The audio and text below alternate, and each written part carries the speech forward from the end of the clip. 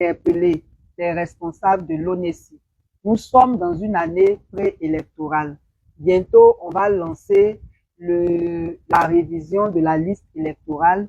Il faudrait que les citoyens aient leur carte d'identité pour aller s'inscrire. Au-delà de ça, c'est une pièce administrative dont on a besoin dans la vie courante pour tous nos actes administratifs. Donc, vraiment, on veut prier les responsables de l'ONESI de voir ce qu'ils peuvent faire pour que les cartes d'identité soient délivrées beaucoup plus rapidement. Voilà.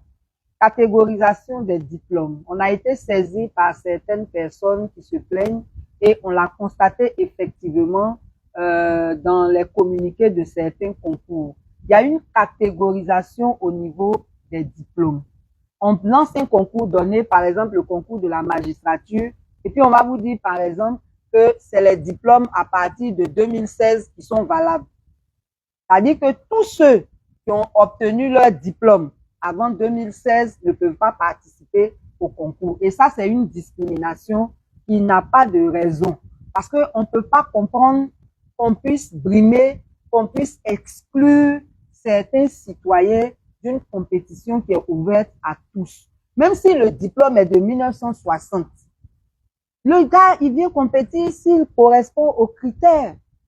Mais il y a des concours pour lesquels on précise que les diplômes de certaines années ne sont pas valables. Dans un contexte où on dit vouloir lutter contre le chômage, dans un contexte où on dit que l'année de la jeunesse se poursuit, franchement, c'est pas normal. C'est vraiment pas normal. Il faut garantir l'égalité des chances à tous les citoyens. Et cette égalité des chances-là nous est garantie dans la Constitution. Quand on va parler encore, vous allez dire que c'est politique qu'on fait. Ce genre de pratique-là, c'est anticonstitutionnel. Donc vraiment, que les responsables de la fonction publique veillent à ce que cela soit respecté. Parce que ça exclut des gens qui ont besoin de travail et c'est pas à la date du diplôme que la compétence se juge. Au contraire même, les anciens diplômes même sont plus, comment on va dire, plus valorisants même que les nouveaux parce qu'on sait que le niveau a baissé. Le niveau a considérablement baissé. Donc, s'il vous plaît, arrêtez à la fonction publique avec cette discrimination. Les COGES, ça là, on a parlé de ça et quand on est fatigué. Voilà l'année qui est en train de finir, on est en avril. Certains COGES n'ont pas encore reçu leur financement. Financement, même quand ça vient là, les gens coupent dedans, juste ce qui leur parvient là. Ça ne leur permet même pas de travailler correctement. Et là encore, ça ne vient pas à temps. Donc, on veut interpeller le ministère de l'Éducation nationale sur ce fait. C'est pas bien. Et ça crée des dysfonctionnements dans la gestion des établissements scolaires. Donc, essayez de voir ça, s'il vous plaît. L'ONS, l'Office national des sports, en octobre 2023, suite au test que la pluie a fait sur le stade de Bimpe par 2 fois, la directrice générale de l'ONS a été débarquée et un autre directeur général a été nommé. Mais depuis cette période, les agents qui travaillent à l'ONS disent vivre du calvaire. Ils disent qu'ils ont l'impression qu'il y a un règlement de compte entre la direction et le personnel parce qu'il y a des gens qui travaillaient là-bas depuis longtemps qu'on licencie abusivement. En tout cas, il se passe beaucoup de choses et les salaires ne sont pas payés depuis le mois de janvier 2024. Ça, c'est pas normal. Avec tous les sous qui ont été mis dans l'organisation de la grande compétition qu'est la CAN, est-ce normal que l'ONS en soit à ne pas pouvoir payer ses agents comme il se doit? En tout cas, on a été saisi et on espère que quelque chose sera fait pour que non seulement les salaires soient régularisés, mais que les licenciements abusifs s'arrêtent. Voilà. Prime des examens à grand tirage. Là aussi, c'est la même chose. C'est la même chose. Les primes de 2023 n'avaient pas été payées, mais il y a pire. Il paraît que actuellement, c'est en train d'être payé au compte-gouttes, alors que on s'en va vers les examens de 2024. Mais puis, en 2022, à la Drena Abidjan 4, les gens n'ont pas reçu leurs primes, leurs indemnités pour avoir participé à ces examens. Et ceux qui s'en plaignent sont particulièrement les enseignants du privé, alors que c'est des enseignants qui sont maltraités. C'est des travailleurs qui sont maltraités. Non seulement ils ne sont pas bien payés, ils ne sont pas payés, je veux dire, le niveau de salaire n'est pas bon, la régularité du paiement de salaire n'est pas garantie, mais pendant les vacances, il y a des établissements scolaires qui ne payent pas les enseignants du privé. Donc, ils ont besoin de leur argent. Où sont passées les indemnités de 2022 de la Drena Abidjan 4? C'est la question qu'on veut poser. Voilà, que les responsables du ministère de l'Éducation nationale règlent ce problème et on espère qu'avant les examens de 2024, ils vont complètement payer les indemnités de 2023. En tout cas, bon courage à nos enseignants. Yako à vous et on espère que ce genre de pratiques-là vont être bannies. Voilà. Autre problème, bon là, c'est nos amis les gendarmes encore. Quand j'en parle, les gens se plaignent, mais ce sont aussi des citoyens et des travailleurs. Ils disent que depuis la CAN, ils sont fatigués, on leur refuse des congés. Le congé, là, vraiment, c'est un droit. Normalement, ça ne devrait pas se discuter. Dans les services normaux, c'est planifié. C'est-à-dire qu'il y a un moment où on demande aux gens de préciser quand ils veulent aller en vacances et ça permet de faire des programmations de sorte que à certains postes, il n'y ait pas, tout le monde n'aille pas en vacances en même temps. Voilà, donc il y a une planification qui se fait selon les postes et donc nous voulons demander aux responsables de la gendarmerie de laisser les gendarmes aller en vacances. Ce ne sont pas des robots, c'est vrai que ce sont des militaires aussi, mais le corps a ses exigences. On ne peut pas travailler toute l'année sans vacances. Voilà, donc soyez un peu humains dans la gestion de vos éléments. Voilà. Police municipale, ça là vraiment c'est un problème. Les gens de la police municipale là, eux-mêmes ils dépassent certains policiers. Normalement là, le rôle de la police municipale, c'est de veiller à la surveillance de l'environnement de la commune. Est-ce que tous les arrêtés municipaux qui sont pris là sont bien appliqués? Est-ce que l'ordre dans la commune est respecté? C'est ces choses-là que le policier municipal, c'est ça son rôle, c'est ces choses-là qu'il contrôle. C'est pas son rôle de contrôler pièce de quelqu'un, sauf si il y a un vrai policier qui est avec lui. Là, le vrai policier peut l'envoyer en lui donnant des instructions. Mais lui-même se lever comment pour contrôler pièces des gens là, c'est pas son travail. Donc vraiment, on est dans un pays où il y a tellement de désordre que les gens font ce qu'ils veulent comme ils veulent.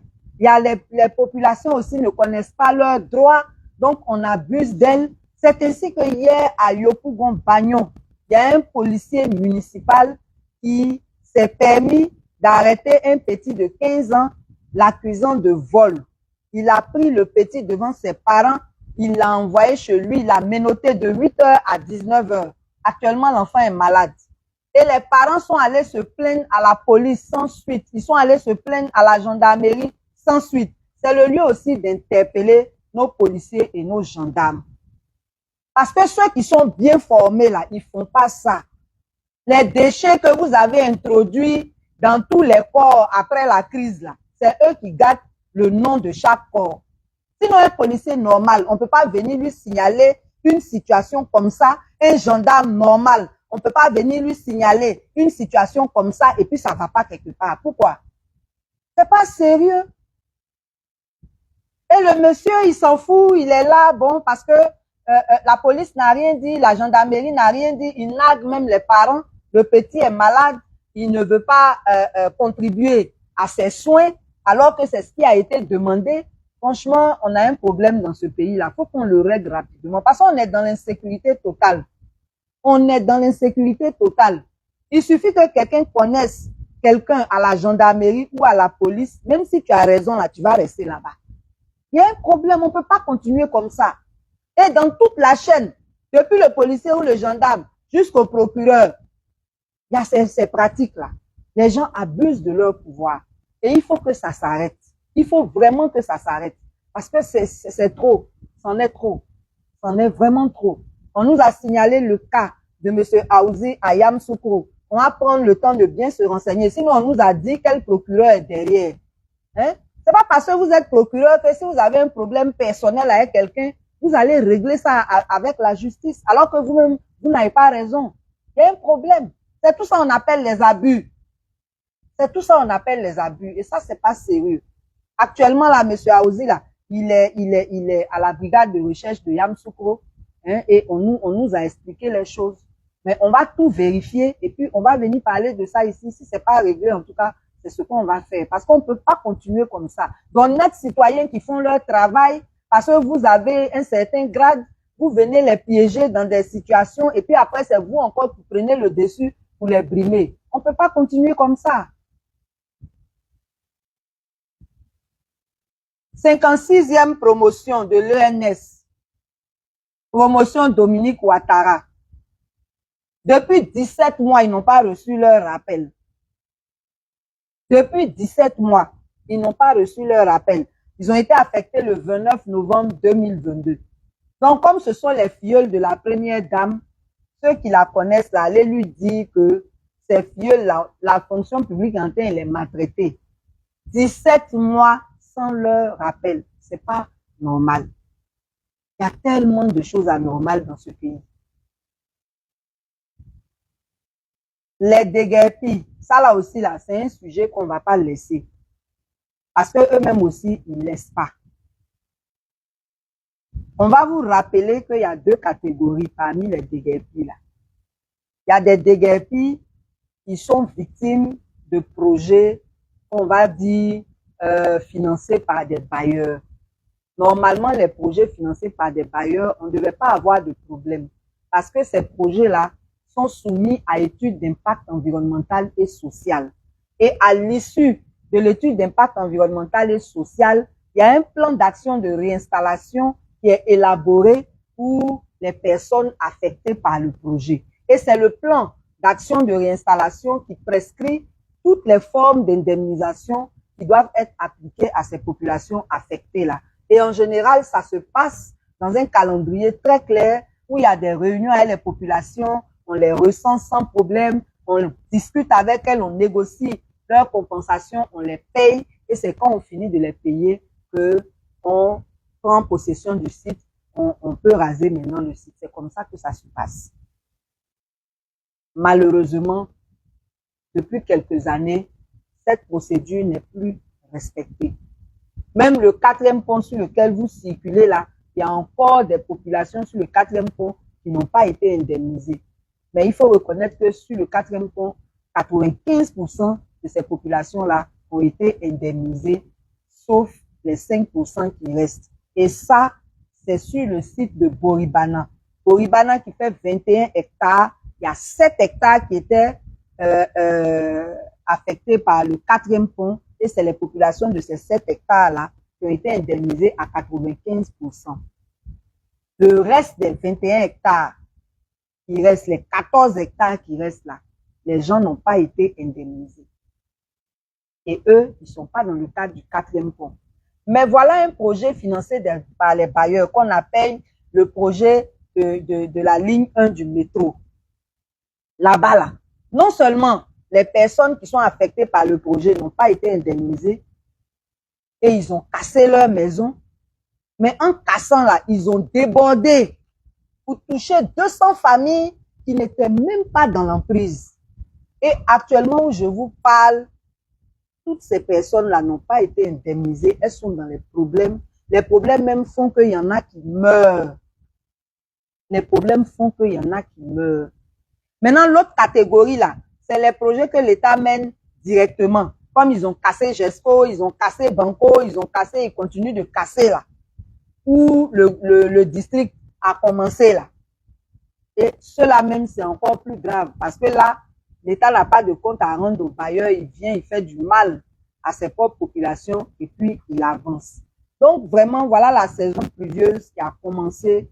Nous voulons vraiment interpeller l'État du Côte d'Ivoire. pardonner, indemniser les gens.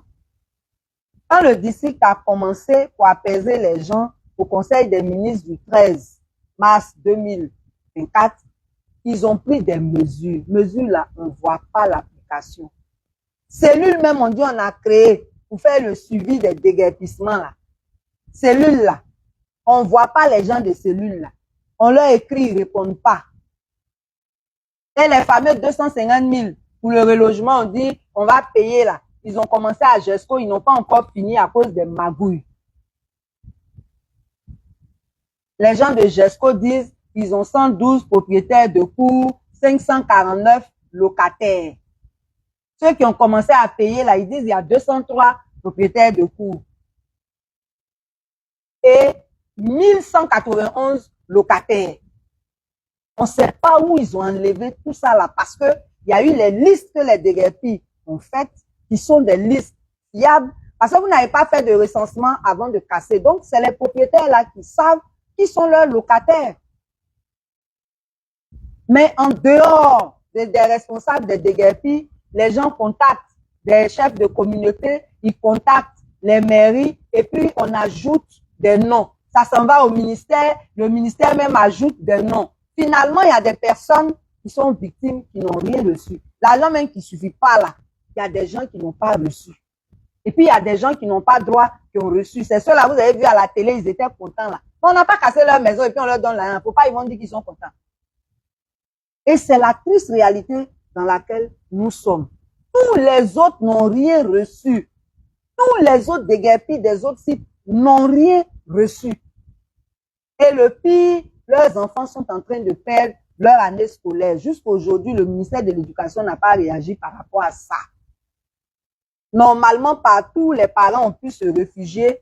Le ministère devait donner des instructions pour que les enfants soient reçus dans les écoles les plus proches de là où ils sont. Tout ça, ce n'est pas fait. Donc, nous, dans le cadre de la coalition des victimes et des menacés de déguerpissement de Côte d'Ivoire, nous avons réécrit. Parce qu'on avait fait des premiers courriers sous la bannière de nos organisations, on n'a pas eu de réponse. Au nom de la coalition, depuis hier, on a déposé les courriers. On attend, on va venir vous rendre compte. Mais vraiment, nous sommes gouvernés par des gens qui ne nous aiment pas et qui nous méprisent.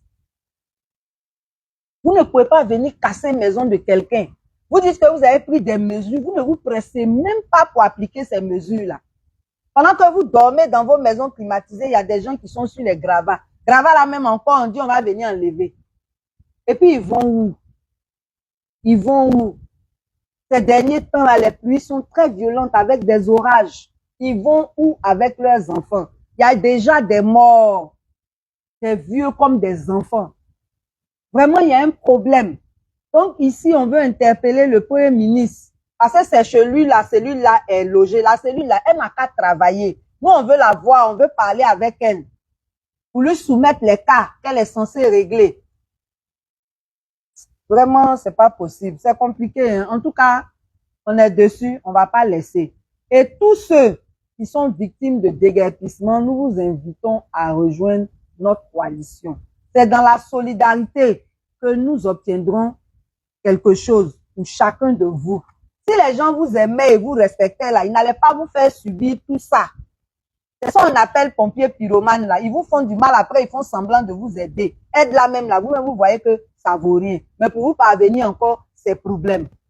Donc si on n'est pas solidaire, on n'obtiendra rien pour vous et c'est vous qui allez perdre. Eux, ils n'ont pas d'état d'âme, ils avancent. Donc, on vous invite à rejoindre la coalition. Entrez en contact avec nous. On va lutter ensemble pour vos droits. À bon entendeur, salut. Sit-in contre la nomination du gouverneur Cissé Bakongo. Il y a un groupe de jeunes Hachans qu'on appelle communément Ébrié qui s'est opposé à la nomination du gouverneur du district, pas parce que c'est un problème de personne, il faut que ce soit très clair par rapport au principe. Il y a un droit acquis qui fait que depuis que la ville d'Abidjan a été créée, ce sont les autochtones Hachans qui ont la direction de ce district. Et même quand les nouveaux districts ont été créés, les 12 nouveaux districts, dans le décret qui a créé ces districts-là, il a été précisé que ce sont les autochtones, les personnes originaires de ces districts-là qui sont nommés à la tête de ces districts. Tout simplement parce que la dimension culturelle compte. Moi, on ne peut pas me prendre pour aller gérer un district à Odiéné. Qu'est-ce que je sais de la culture de là-bas? Donc, ce n'est pas seulement une question de développement, mais il y a le volet culturel qui compte. Et c'est par rapport à cela que ce groupe-là s'est levé pour contester la nomination du gouverneur du district autonome d'Abidjan actuel, notamment M. Cissé Pakongo. Et ils ont lancé un mot d'ordre de sit-in devant le district pour le jeudi 18 avril 2024. Malheureusement, qu'est-ce qui se passe? Il se passe ce qui est vieux comme le monde. On appelle ça diviser pour régner.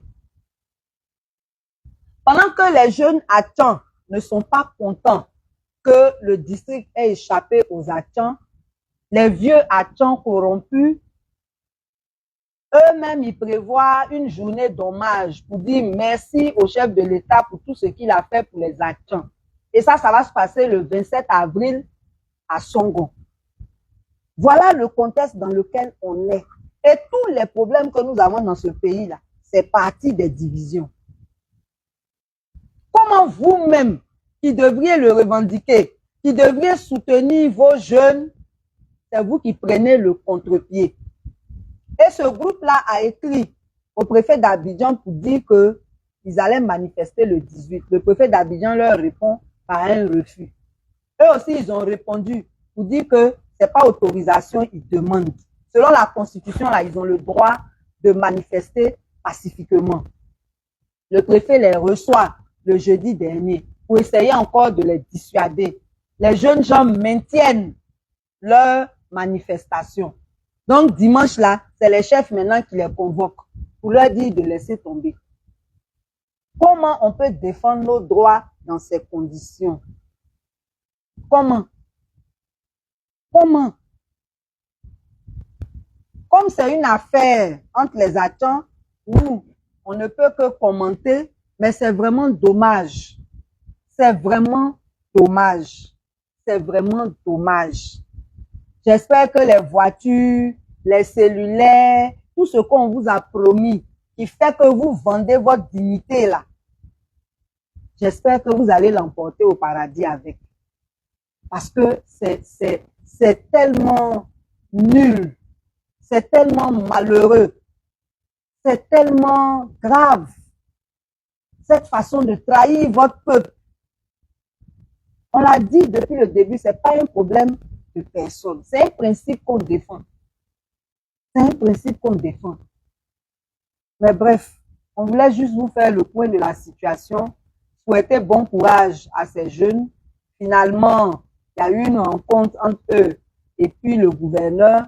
Moi, je dis que quand je demande le départ de quelqu'un, ce n'est pas avec lui que je discute, hein. C'est avec celui qui le nomme que je discute. Mais bon, on est en Côte d'Ivoire, ce qui est sûr, bon vent à vous, nous, on poursuit notre lutte. On va parler du cacao. Le 2 avril 2024, le ministère de l'Agriculture a annoncé que pour cette campagne de 2024, le prix du cacao est fixé à 1500 francs. Quand nous savons que nous, en tant que producteurs, premier producteur mondial, c'est ce qu'on nous propose, alors qu'au Cameroun, c'est 5000, au Ghana, tout près ici, c'est au moins à 2000 ou 3000, ainsi de suite. Vraiment, les planteurs n'étaient pas contents. Je vous parlais tout à l'heure du diviser pour régner. Pendant qu'il y a une plateforme composée du SYNAPSI, de l'ANAPOSI et du CONASASI qui ne sont pas d'accord, il y a une autre organisation qui s'appelle Anakasi qui dit qu'elle est contente de 1500 là. Toujours le même procédé. Le diable là, il ne change pas sa façon de travailler. Est-ce que c'est logique? Vous qui dites que vous êtes content là, on dit, donc si on obtient l'augmentation là, j'espère que vous allez rester sur les 1500 là. Vous n'allez pas prendre l'augmentation parce que c'est pas bon. Donc, les autres ont tenu un conclave le vendredi 12 avril 2024 à Daloa. Et parce que justement, ils ont annoncé ce conclave à Daloa, l'autre groupe là, ils ont fait marche aussi à Daloa le jeudi 11 avril, pour soutenir les décisions du ministère. Vous voyez comment les gens sont malheureux. Quelque chose même qui va t'arranger là, tu luttes contre ça. Est-ce que tu es normal? Donc, les autres là, ils ont tenu leur conclave et ils ont maintenu 4 résolutions. Ils ont écrit au président de la République pour demander premièrement que le prix là soit monté au moins à 2500 francs, ce qui n'est pas trop demandé par rapport aux 5000 francs du Cameroun. Ensuite, il y a un prix qu'on appelle une prime, qu'on appelle prime différentielle sur les revenus des coopératives, que les gens appellent abusivement prix différentiel de ramassage. Ce prix-là, depuis 2011, il est à 80 francs. Depuis 2011. Donc, il demande que ce prix-là monte à 250 francs. La troisième chose, c'est la révision des textes. Parce que les textes qui régissent la filière sont caducs par rapport à ce que les paysans eux-mêmes veulent. Ils veulent reprendre en main leur filière. Actuellement, la filière est dirigée par le Conseil Café Cacao, qui gère contre la volonté des paysans. Et les paysans ne sont pas contents des décisions que le Conseil prend. Déjà avant même cette affaire d'augmentation à 1500, là, quand les cours mondiaux ont commencé à grimper, certains exportateurs, transformateurs et acheteurs avaient commencé à acheter même à 1200, 1400. Le Conseil a produit un communiqué officiel pour menacer ces gens-là de respecter les 1000 francs. Maintenant, récemment encore, il y a un truc qu'ils appellent, comment on appelle ça, prime de certification. La prime de certification qui est à 70 francs le kilo. Sur le terrain, les exportateurs ont commencé à augmenter ça à 140 francs. Là, ils ont été menacés. Cette fois-ci-là, ils n'ont pas eu le courage de faire un communiqué. On les appelle pour les menacer. Pourquoi vous voulez? Ça dit que vous êtes là pour veiller sur les intérêts des gens et quand ils ont des gains, c'est vous qui êtes les premiers à vous y opposer. Aïe, quand même là, ils ne sont pas planteurs. Hein. Donc, les paysans disent, donnez-leur leur filière. Eux-mêmes, ils vont gérer. Donnez-leur leur filière. C'est pour ça que la quatrième revendication, c'est l'application de l'ordonnance 2011-473 du 21 décembre 2011 relative aux organisations interprofessionnelles agricoles. Ils veulent que toutes les dispositions qui sont dans cette ordonnance qui date de 2011 soient effectivement appliquées pour que les paysans s'approprient réellement leur filière, qu'ils gèrent eux-mêmes leur filière pour mieux garantir leurs intérêts, ce qui est tout à fait normal. Donc vraiment, on veut encourager tous les paysans à être solidaires de ce groupe-là parce qu'il s'agit d'améliorer vos conditions de travail et il s'agit d'améliorer vos revenus. Voilà. Donc ça, c'était pour le cacao. Bon, on a reçu la visite du ministre Gabonais du 11 au 13 avril. Ça, bon, ça nous a un peu interpellés puisque ici, par rapport à tout ce que la CEDEAO dit contre les jeunes au pouvoir, nous on est surpris que le président de la République de Côte d'Ivoire reçoive quelqu'un qui a fait un coup d'État, même s'ils ne sont pas dans la CEDEAO, coup d'État, c'est coup d'État. Donc, on pense que ça fait 2 poids, 2 mesures. Soyons sérieux dans nos positions et soyons fermes. Si on dit qu'on est contre les coups d'État, bon, recevoir quelqu'un qui a fait un coup d'État, vraiment, c'est un peu bizarre. C'est notre avis et on a le droit d'avoir cet avis. Voilà. On va parler de Angovia.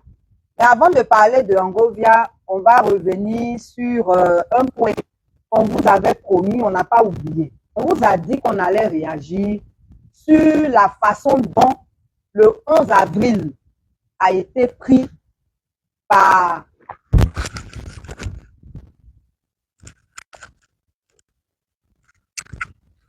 excusez-moi, comme ça.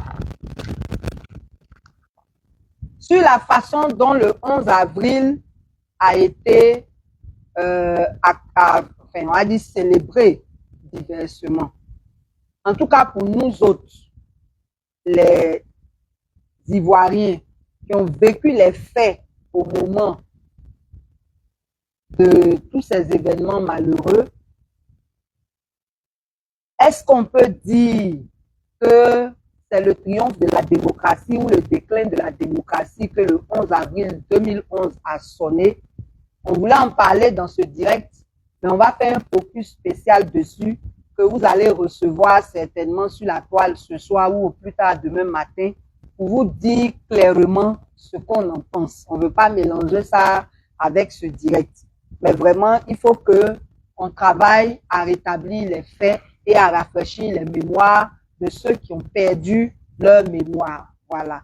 Donc, on va y revenir tout à l'heure. On va donc poursuivre le direct avec le cas d'Angovia.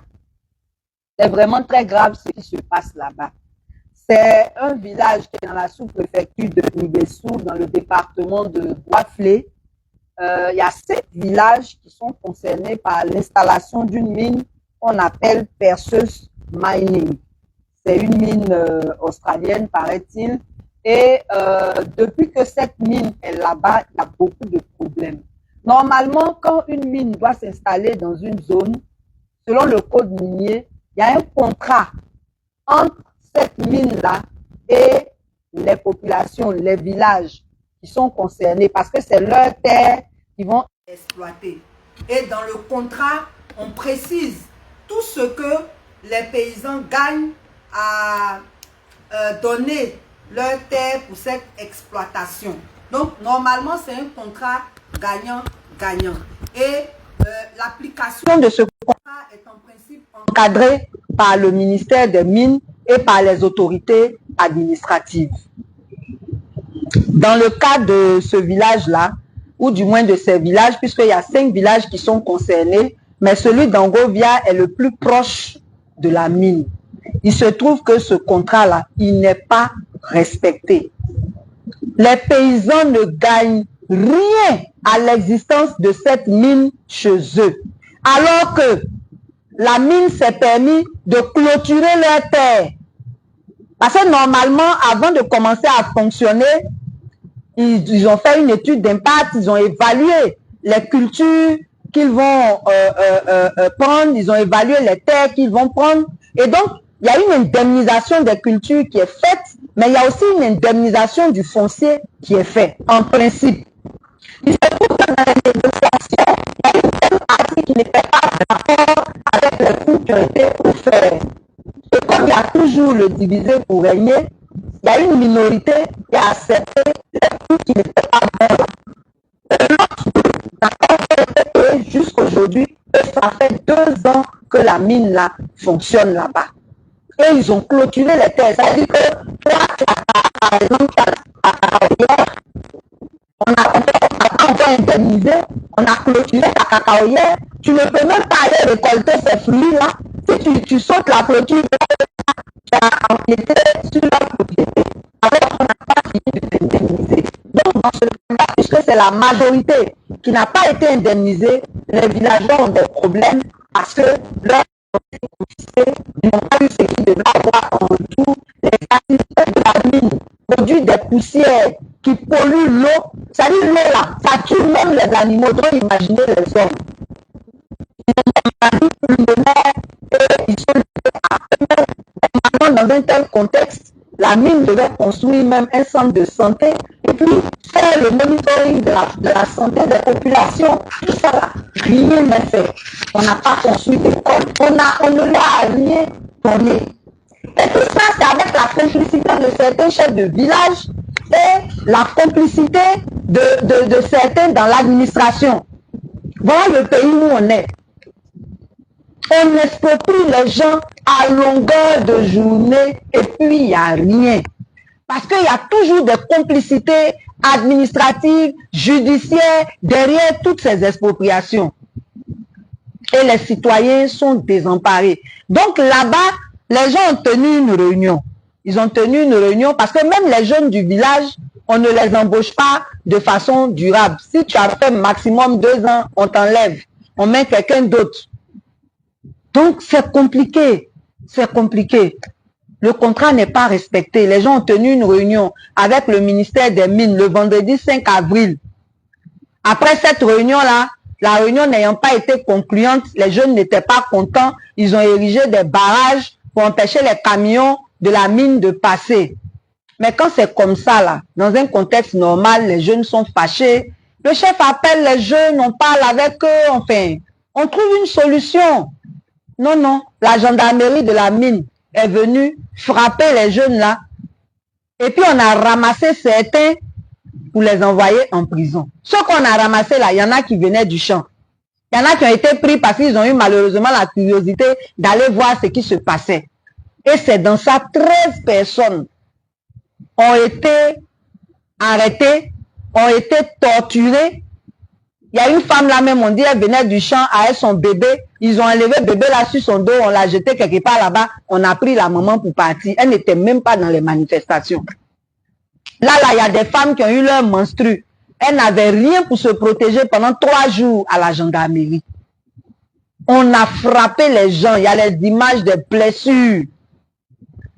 Et c'est après ça qu'on les a envoyés à la gendarmerie de Bois-Flé. Et c'est après qu'on les a envoyés à la gendarmerie que certains jeunes ont commencé à brûler des bus, se sont fâchés. Et ceux qui ont brûlé tout ça, là, on ne les a pas pris. Hein. Ceux qu'on avait pris avant qu'on ne casse et qu'on ne brûle là, c'est eux maintenant on accuse des casses. Voilà le pays dans lequel on est. Et ils ont emprisonné 6 jeunes gens et 7 jeunes femmes. Dans les maltraitances, on dit à des gens, mais on a cassé leurs dents. Si vous voyez les photos, ça fait pitié.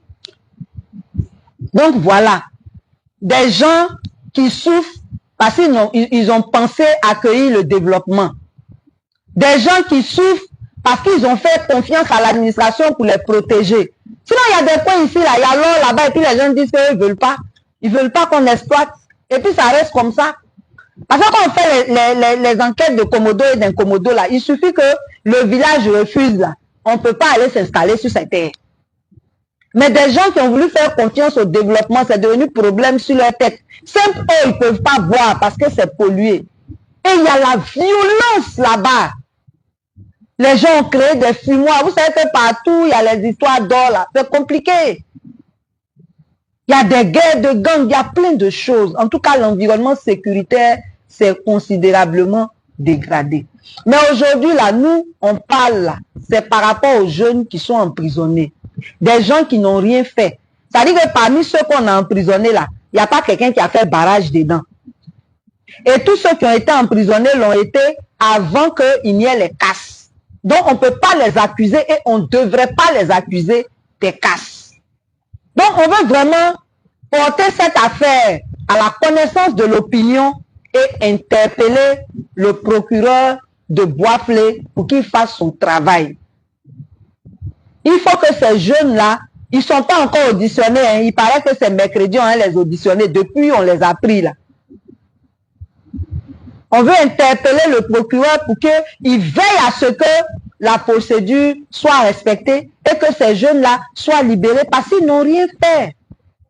Il aurait fallu que la gendarmerie mène une enquête pour savoir qui a mis les barrages et puis les casses là, c'est après leur arrestation, on ne peut pas les accuser de cela. Et il faut que la mine les soigne parce qu'on les a blessés. On doit les dédommager même, ceux qu'on a arrêtés là, on doit les dédommager. La femme qui avait son bébé là, dans son dos, on est obligé de sevrer brutalement l'enfant. On va faire comment? Et toutes ces femmes-là, les photos sont là, de toutes les traces des maltraitances qu'ils ont subies. Les filles là même, on a rasé leurs cheveux. En tout cas, les jeunes gens là, on dit on a cassé presque tous leurs dents. Je ne sais pas c'est quel texte de la gendarmerie qui prescrit qu'on traite des gens qu'on a arrêtés de cette manière. Donc, on veut interpeller aussi les organisations des droits de l'homme. Voilà des cas qui devraient vous intéresser. Ça a circulé sur la toile jusqu'à fatiguer. Les jeunes gens, là, ils sont encore en prison là-bas. Et c'est dans ce pays-là que nous sommes. C'est dans ce pays que nous sommes et les responsables du village sont menacés par certaines autorités administratives. En tout cas, c'est un problème. Vous savez que dans ces zones où il y a l'or, là, il y a beaucoup de corruption. Donc, si vous n'avez pas la chance que les autorités administratives ont été corrompues, là, tout ce que les gens de la mine font, là, c'est bon. Ils ne payent plus à la sécurité et au respect des droits des populations qui sont sous leur coupe. Et quand maintenant, certains chefs sont corrompus, c'est encore plus grave.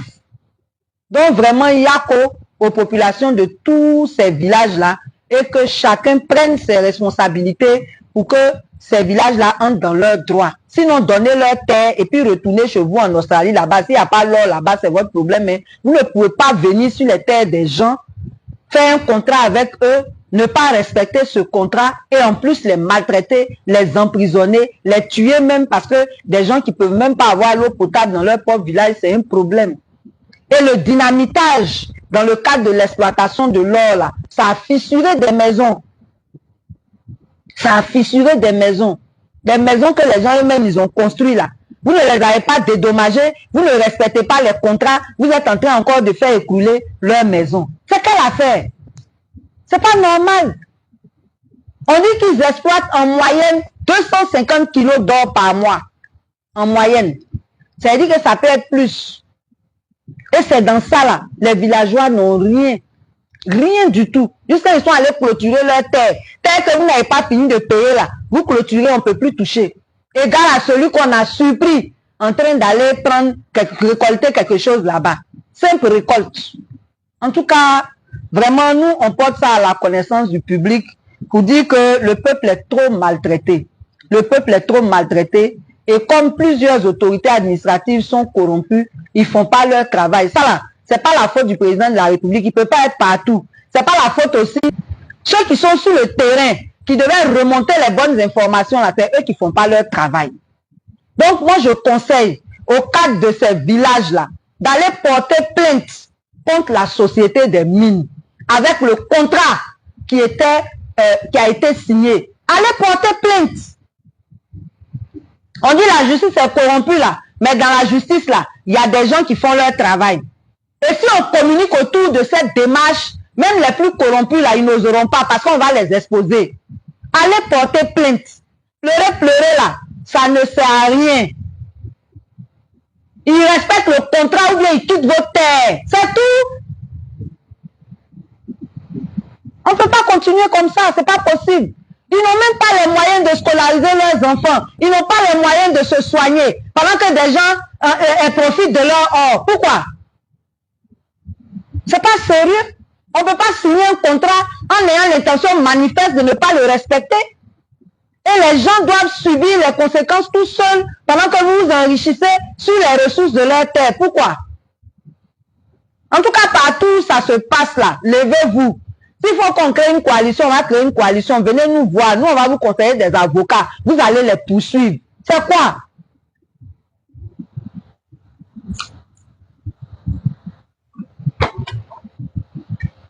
Donc, on va terminer avec le projet de la MACA.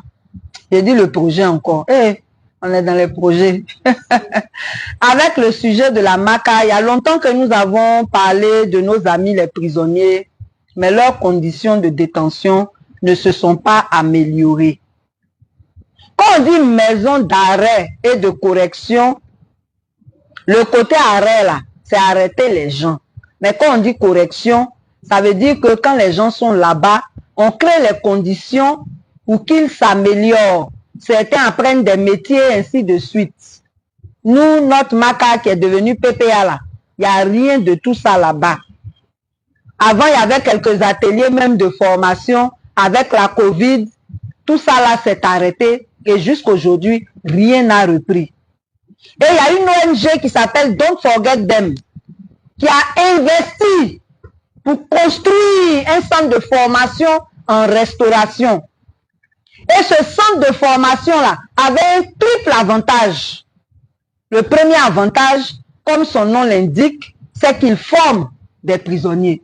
Donc ceux qui sortent, il y a certains même qui sont passés à l'ITV, à la RTI, pour donner leur témoignage. de comment ils ont été réinsérés après leur détention. Donc, le premier avantage, c'est la formation et la facilitation de la réinsertion de ces détenus-là. Le deuxième avantage, c'est qu'en prison, ce n'est pas facile de se nourrir. Ce n'est pas facile de se nourrir. Donc, ce restaurant-là, tout en formant les gens, permettait aux prisonniers d'avoir des repas à moins de coût. Quand moi j'étais là-bas, là, eux, ils faisaient le gaba à 600. Gaba, on fait à 500 ici, là. Ils faisaient à 600. Mais si tu envoies un garde pour aller payer ton gaba, là, tu vas dépenser 2000. Donc, ce restaurant-là permettait aux gens de manger bien et à moins de coût. Le gaba était à 600, tu as un plat de tchèp à 1000 francs, à loco poisson, à loco poulet, 1000 francs, 1500. Et ça permettait aux détenus qui n'ont pas d'occasion de cuisiner, parce que là-bas on cuisine, mais c'est pas tout le monde qui peut cuisiner. Donc, chez les hommes, par exemple, le repas qu'on fait, qui ressemble à un repas pour du bétail, là, celui qui veut pas manger ça, il achète son repas. Celui qui peut pas cuisiner, il achète son repas. Et ça permettait aux gens de se nourrir sainement. Même chez les femmes, celles qui ne pouvaient pas cuisiner, achetaient aussi leur repas. Mais chez nous ici, là, quand tu fais une activité et puis les gens ne mangent pas dedans, là, c'est un problème. Et pourtant, l'ONG servait aussi l'administration gratuitement. C'est quoi? Ils ont fermé le coin là, sans même prévenir. Ils ont fermé brutalement. Alors que toutes ces provisions que les gens ont prises là, il y a des provisions qui sont prises à crédit. D'abord, même la personne a investi. Vous ne savez pas où il a enlevé son argent pour faire ça. Maintenant, même les provisions avec lesquelles il travaille là, il y a certaines aussi qui sont prises à crédit. Et puis, brutalement, pas on coupe. On dit non, on ne veut plus. Donc, on ne ferme plus les prisonniers. Les conditions pour se nourrir deviennent plus difficiles. Et ceux qui ont investi dedans ont des problèmes. Mais ça, ce n'est pas leur problème.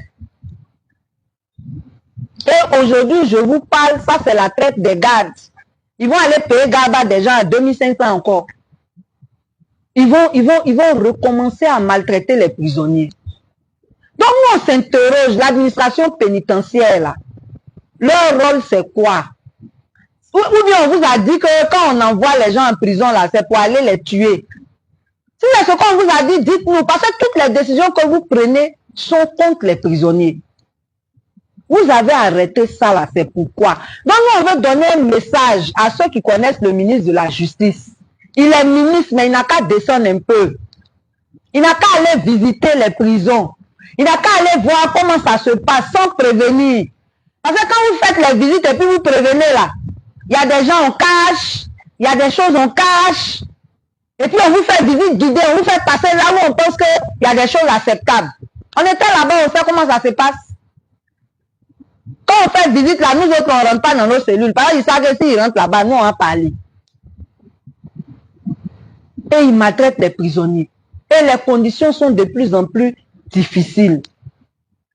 Vraiment, vraiment, vraiment, ceux qui sont au-dessus de l'administration pénitentiaire, là, réveillez-vous. Réveillez-vous. Parce qu'on a envoyé les gens en prison, là, c'est pas pour les tuer. C'est pour que certains réfléchissent. C'est pour que d'autres puissent leur peine. Dans tous les cas, on doit faire en sorte qu'ils ressortent de là-bas meilleurs qu'ils ne sont entrés. Mais quand on les maltraite là, on les rend aigris. On les rend aigris. Et après, quand ils reviennent dans la société, c'est un problème.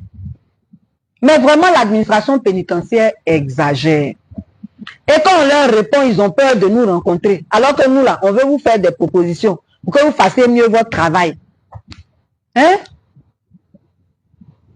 Et il y a tout un système mafieux là-bas. On fait tout sur le dos des prisonniers. Petit argent qu'on a là-bas, là, on ne peut rien faire de bon avec. Tout est 3 fois plus cher. Ils ont boutique, ils ont tout là-bas. C'est vrai, ça nous sert. Mais vraiment, les coûts sont élevés. Les coûts sont élevés. Les prix là devaient être les mêmes que les prix du dehors. Parce que ceux du dehors là, ils vendent et puis ils ont bénéfice. Pourquoi vous ne pouvez pas pratiquer les mêmes prix? sur le dos des prisonniers qui souffrent déjà. Ça là, c'est pas malédiction qu'elle a là. Donc, bref, ce centre de formation là gagnerait à être réouvert. Ceux qui parlent à le ministre de la Justice là, allez lui dire que l'ONG Don't Forget Them là, l'administration pénitentiaire l'a mis dans les problèmes. Aujourd'hui, il ne fonctionne plus, il doit payer ses dettes. Tout ce qu'il avait pris pour aider les prisonniers, c'est tombé à l'eau. Ceux qui ont fait tomber à l'eau là aussi, ils font pas mieux pour les prisonniers. Au contraire, c'est pour les maintenir dans un système où on les maltraite davantage. Alors que cette ONG était une réponse à un besoin dans les prisons, le besoin de former les prisons, le besoin de mieux nourrir les prisonniers. Ça, c'est le premier problème. Le deuxième problème qu'on veut évoquer par rapport à la MACA, c'est le traitement sanitaire des prisonniers. Là-bas, là, si tu n'as pas parents qui t'aident, il ne faut pas tomber malade, sinon tu vas mourir. Médicaments, là, les gens font don quand on ne sait pas où ça s'en va. C'est rare qu'il y ait médicaments là-bas. On va te donner une ordonnance pour que l'ordonnance même sorte. Pour qu'on aille payer médicaments, venir te trouver. Si tu es encore vivant, gloire à Dieu. Et il y a des gens qu'on évacue dans les hôpitaux. Ils ne sont même pas guéris, on les ramène. Même pour t'évacuer à l'hôpital, là, c'est toi qui payes carburant de ça. C'est-à-dire que le régisseur, là, je ne sais pas s'il a un budget pour les cas sociaux, pour les je ne sais pas. Mais en tout cas, c'est les prisonniers qui payent tout. Tu n'as pas mis carburant dans l'ambulance, tu ne vas pas partir à l'hôpital. Et quand ils s'en vont à l'hôpital, on ne sait pas pourquoi. Les gens ne guérissent pas bien et puis on les ramène. Hier, il y a une femme qui est décédée à 4 h du matin. Cirrhose du foie, elle a fait 2 semaines à l'hôpital. Elle n'est même pas bien guérie. Ils l'ont ramenée le même jour là, elle est décédée. Elle s'appelle Koui Florentine. On l'appelle Naflani. Elle avait été condamnée à 5 ans. Elle a passé 1 an, 2 mois et elle est décédée. Donc vraiment, la prison là, c'est pas un endroit qu'on peut souhaiter à quelqu'un. Mais ceux qui vont là-bas, ce sont aussi des personnes et les prisonniers ont des droits. Les gens de la Croix-Rouge qui défilent là-bas matin, midi, soir, ils ne savent pas quel travail ils font. En tout cas, ça ne change rien dans les conditions de détention. Ils viennent, ils vous posent des questions, La seule chose qu'ils réussissent à faire, c'est la mise en relation avec les parents pour ceux qui ont perdu le contact avec leurs parents. Sinon, les conditions sanitaires, là, moi, je n'ai pas vu la Croix-Rouge faire quelque chose pour que ça s'améliore. Il y a des organisations des droits de l'homme qui défilent là-bas, on ne sait pas ce qu'ils font. Mais vraiment, ça ne va pas. Il faut de meilleures conditions sanitaires dans les prisons. C'est très important. Je vais terminer le cas des prisons avec le cas de Bleu Axel Boris. Parce que nous sommes en avril. Il a été arrêté le 17 mars 2014. Ça fait aujourd'hui 10 ans qu'il est arrêté. Et quand il avait été arrêté, il avait 21 ans. Il est né le 19 avril. Dans 3 jours là, il aura 31 ans. 10 ans sans être jugé. 10 ans sans être jugé. Ça là, il y a longtemps on parle de ça. C'est dans quel pays on est? Quand on dit on n'est pas dans l'état de droit, vous dites on fait politique. Mais voilà les faits. Dans le code de procédure pénale là, on dit que celui qui est arrêté pour un délit, les 5 délits là, il doit faire la détention préventive là, ça doit durer 6 mois. C'est renouvelable 2 fois à condition que le juge le justifie. Donc quand on fait 6 fois 3 là, ça fait 18. Donc il ne doit pas dépasser 18 mois sans être jugé. Pour ceux qui ont commis des crimes, c'est 8 mois renouvelable 2 fois. 8 fois 3 là, ça fait 24. Ça veut dire que celui qui a commis ou qui est soupçonné qui est soupçonné d'avoir commis un crime ne doit pas faire plus de 2 ans là-bas. Donc 10 ans là, c'est par rapport à quoi? Et dans ça là, ils perdent les dossiers des gens sans état d'âme.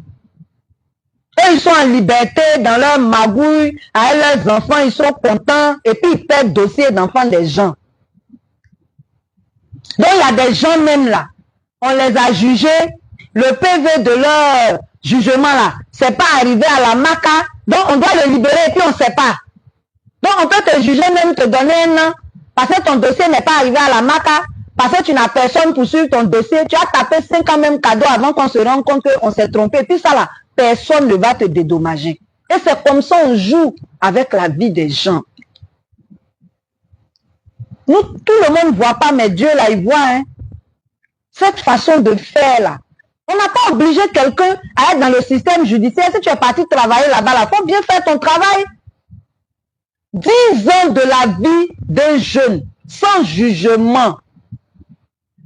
Actuellement où je vous parle là, son dossier au 3e cabinet au plateau. Il s'appelle Bleu Axel Boris. Dans 3 ans, il aura 31 ans. Il est rentré à 21 ans, sans jugement. Et il y a plusieurs cas comme ça. Il y a plusieurs cas comme ça. On va voir si la prochaine fois, on peut encore dresser une liste de ces cas-là. Mais vraiment, Yako à tous ceux qui subissent toutes ces injustices. Faites tout pour nous le faire savoir. Nous, on va au moins en parler. Ceux qui se sont assis sur vos dossiers, là, ils vont se lever un peu pour régler les problèmes. Parce que c'est pas bon, c'est pas bien, c'est méchant. Ça dépasse même la sorcellerie.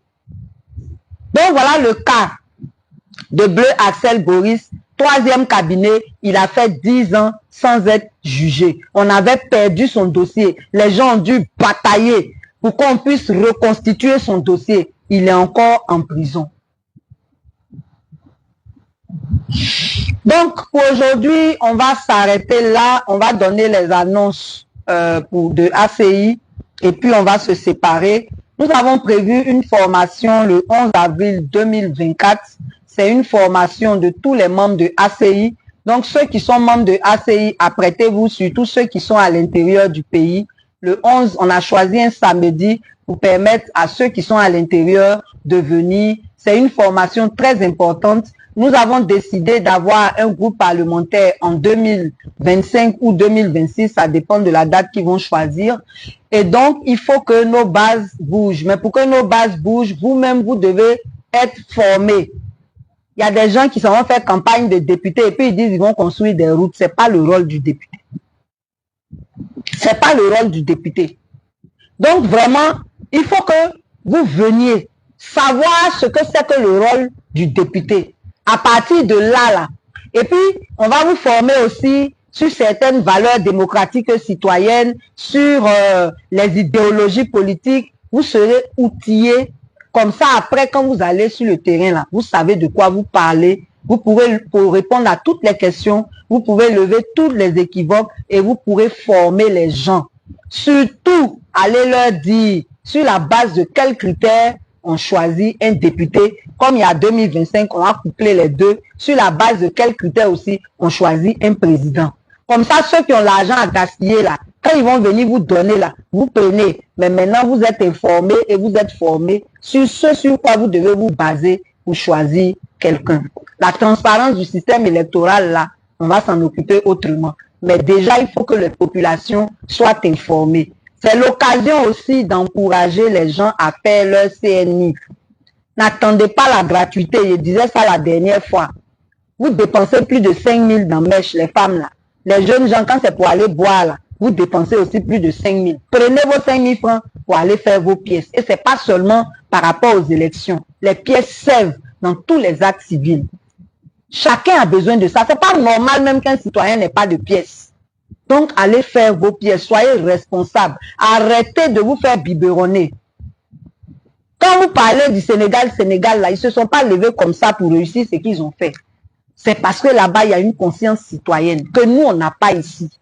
Il faut créer cette conscience citoyenne. Il faut faire en sorte que la majorité du peuple sache ce que c'est que la démocratie, la participation à la vie politique, la participation à la vie citoyenne, pour qu'on ait toutes les notions qu'il faut pour être des citoyens responsables. Et ça, là, ça n'a rien à voir avec l'appartenance ou pas à un parti politique. C'est un truc qui est général.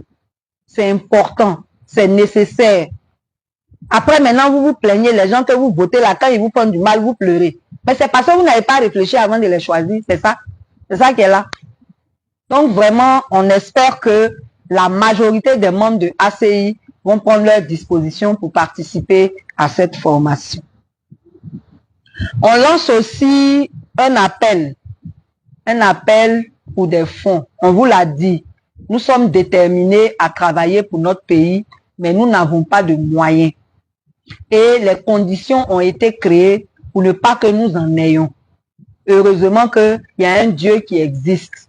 Donc, les gens peuvent prendre les décisions qu'ils veulent, mais c'est Dieu qui décide s'il donne ou pas les moyens aux gens. Donc, on lance un appel à ceux qui soutiennent ce que nous faisons pour qu'ils nous aident. On a beaucoup de difficultés. On a des difficultés dans notre vie personnelle, on a des difficultés dans notre vie professionnelle. Et nous avons besoin de votre appui pour avancer, pour qu'ensemble, nous puissions changer les choses dans ce pays de façon qualitative. Donc, on lance un appel. On avait déjà donné le numéro et on vous a dit qu'il y a un seul numéro. Plus 225 05 46 78 55 19. C'est le seul numéro qu'il faut contacter si vous voulez aider ACI. Si vous voulez aider aussi la présidente, c'est chacun selon ce qu'il veut faire, mais c'est le même numéro.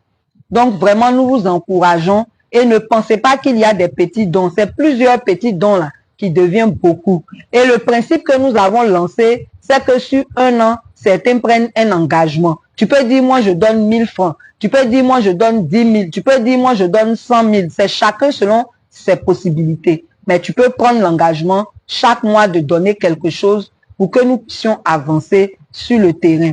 Donc, ces cotisations-là commencent à partir de la fin de ce mois d'avril jusqu'à la fin du mois de mars 2025. On veut remercier ceux qui ont déjà commencé à contribuer. Que Dieu vous bénisse. Ceux qui ont l'intention aussi de contribuer, que Dieu vous bénisse. C'est autour de la Côte d'Ivoire que nous devons nous rassembler pour avancer. Chacun fait sa part. Vous n'avez pas le temps d'être sur le terrain, vous devez aider ceux qui sont sur le terrain à avancer. Nous avons aussi besoin de vos idées. Vous pouvez nous contacter aussi. Moi, je n'ai pas d'argent, mais et si vous faisiez comme ci, et si vous faisiez comme ça aussi c'est bon. La réflexion là, s'il n'y a pas de bonnes idées, l'argent ne peut rien faire. L'argent vient financer les projets qui sont issus des idées. Donc, on a besoin de vraiment toutes les contributions. Pour l'adhésion et l'implantation aussi, c'est les mêmes numéros. Pour l'adhésion, c'est le 07 48 2 fois 67, non, 2 fois 59 67, voilà.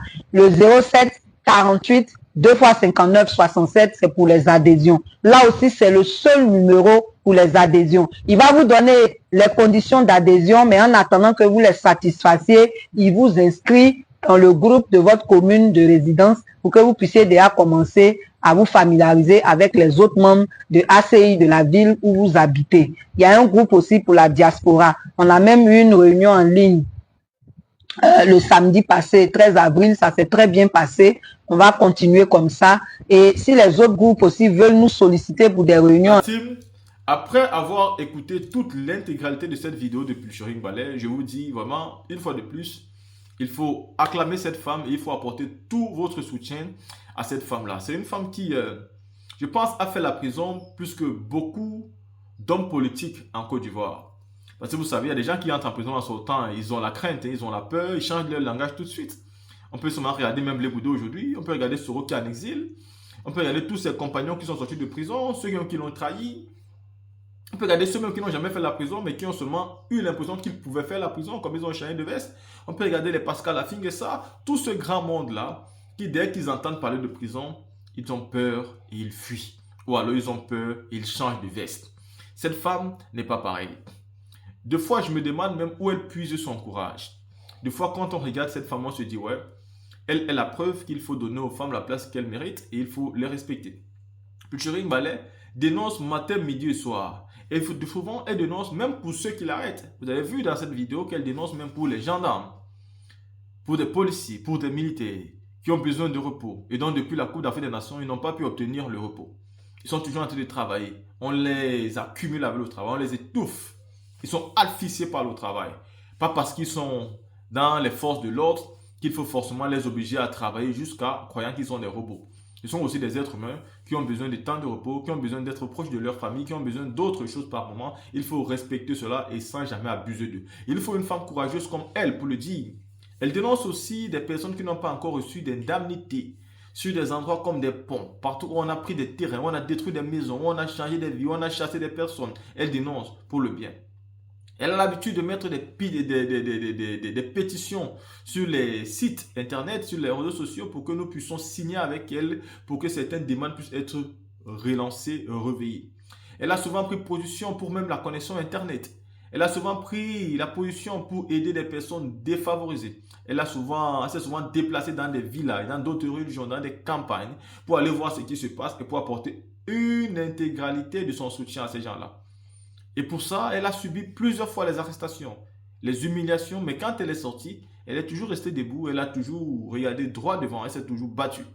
Pulcheri Ballet, je pense que mérite vraiment le respect en Côte d'Ivoire parce que il y a des femmes qui ont lutté politiquement, à l'instar de la mère Simone Yves Babo. Mais je pense que très peu de femmes peuvent se placer devant Pulcheri Ballet et dire ouais, nous menons un combat et que ce combat nous a déjà valu plusieurs fois la prison. Nous sommes sortis, nous n'avons pas changé de nos positions. Elle est tellement différente. Elle n'a rien à voir avec les femmes habituelles et même n'a rien à voir avec les hommes aussi habituellement. Donc, il faut respecter Pulcheri Ballet et il faut l'accompagner dans le combat qu'elle mène. Donc, la team, je vous ai offert ici sa vidéo. Dites-moi ce que vous pensez et on se voit pour une prochaine vidéo.